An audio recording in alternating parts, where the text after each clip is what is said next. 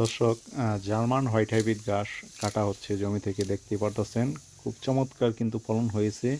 এখন শুকনো মৌসুম, তারপরেও কিন্তু মাশাআল্লাহ খুব ভালো একটি ফলন হয়েছে, দেখতেই পারতেছেন। আসসালামু আলাইকুম সুপ্রিয় দর্শক, অবশেষে ঘাস কাটার মেশিন কিনেই ফেললাম। দেখতে পারতেছেন জমি থেকে কিন্তু ঘাস নিয়ে আসতেছি খামারে। তো খামারে এনে মেশিন দিয়ে কিন্তু ঘাসগুলো দেখতেছেন যে কাটতাছি, কত সুন্দরভাবে কাটা হচ্ছে। আসলেও মেশিন থাকলে আপনার খামারের সময়টা অনেক কম লাগে ঘাস এবং খড় কাটতে। কারণ হাতে ঘাস এবং খড় কাটলে কিন্তু প্রচুর পরিমাণ সময়। এখন দুপুরবেলা গরুগুলোকে গোসল করানো হচ্ছে এবং গোয়ালের ময়লাগুলো পরিষ্কার করা হচ্ছে। আসলে একটি খামারে কিন্তু সবসময় কিছু না কিছু কাজ করতেই হয়। সকালে একবার পরিষ্কার করতে হয়, দুপুরে একবার পরিষ্কার করতে হয়, বিকালে একবার পরিষ্কার করতে হয়। তো এখন যেহেতু দুপুরের সময়, তো গরুগুলোকে কিন্তু গোসল করে দিচ্ছি, দেখতে পাচ্ছেন।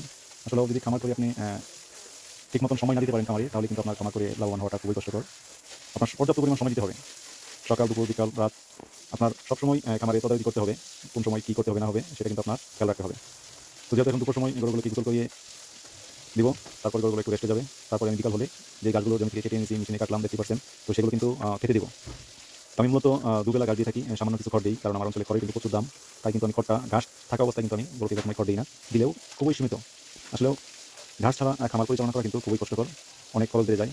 যাদের অঞ্চলে বিশেষ করে খড়ের দাম অনেক বেশি, তারা অবশ্যই ঘাস চাষ করবেন, না হলে আপনার খাবারের পিছনে অনেক টাকা খরচ হয়ে যাবে।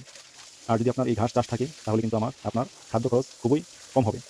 আমাদের অঞ্চলে বর্তমান সময়ে 17 থেকে 18 টাকা পার কেজি খড়ের দাম। আর আমি যে ঘাস উৎপাদন করি, সেই ঘাস পার কেজি 50 পয়সায় হয়ে যায়। অথচ খড়ের ভিতরে কোনো প্রোটিন পার্সেন্ট কিছুই নাই, এনার্জি নাই, জাস্ট গরুর পেটটা ভরিয়ে রাখে। আর ঘাসের ভিতরে কিন্তু মোটামুটি জার্মান হোয়াইট হাইব্রিডে 7 থেকে 8% প্রোটিন পার্সেন্ট আছে, এনার্জি যাই বলেন না কেন। তাহলে অবশ্যই ঘাস দিয়ে খামার পরিচালনা করলে লাভবান হতে পারবেন। তাই খামারের জন্য ঘাস চাষ করুন। ঘাস চাষ না করলে আপনার খামারের খাদ্য খরচ অনেক বেড়ে যাবে। আমি অনেক প্রতিবেদনে দেখেছি যে যাদের নিচু অঞ্চল, অর্থাৎ নিচু কিছু জমি আছে, যেখানে বর্ষার পানি জমে যায়, সেই সব জায়গাতে আপনারা জার্মান হোয়াইট হাইব্রিড ঘাস চাষ করতে পারেন।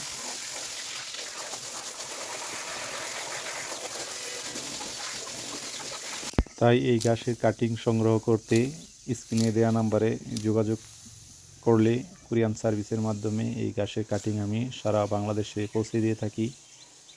আমি চাই যে আমার মতো এই জার্মান হোয়াইট হাইব্রিড ঘাস চাষ করে আপনারাও খামারের খাদ্য খরচ কমিয়ে আনুন।